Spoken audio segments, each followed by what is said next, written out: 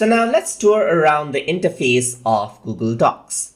So once you create a new document or choose a template, then you have this window.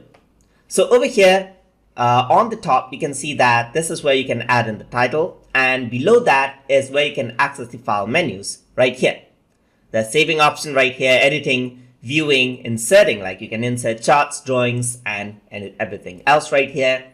There's the formatting option right here, tools and add-ons. So if you want to add in any extra features, you can add on as well, and help section is here.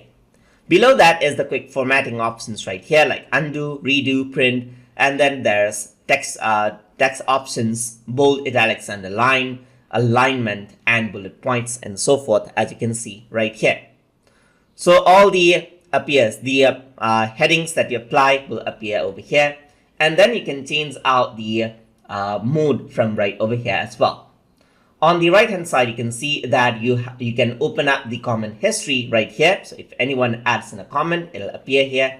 And then you can click on share to access the share settings so that you can share the document with other users. You can also go over here, and then you can see that you have the exploring options right here.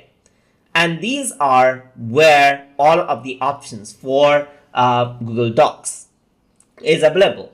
And in this series of lessons, we're going to see on what Google Docs can do to make it easier to edit your documents. So hope you guys learned something as always. And as always, please like, comment, share, and subscribe.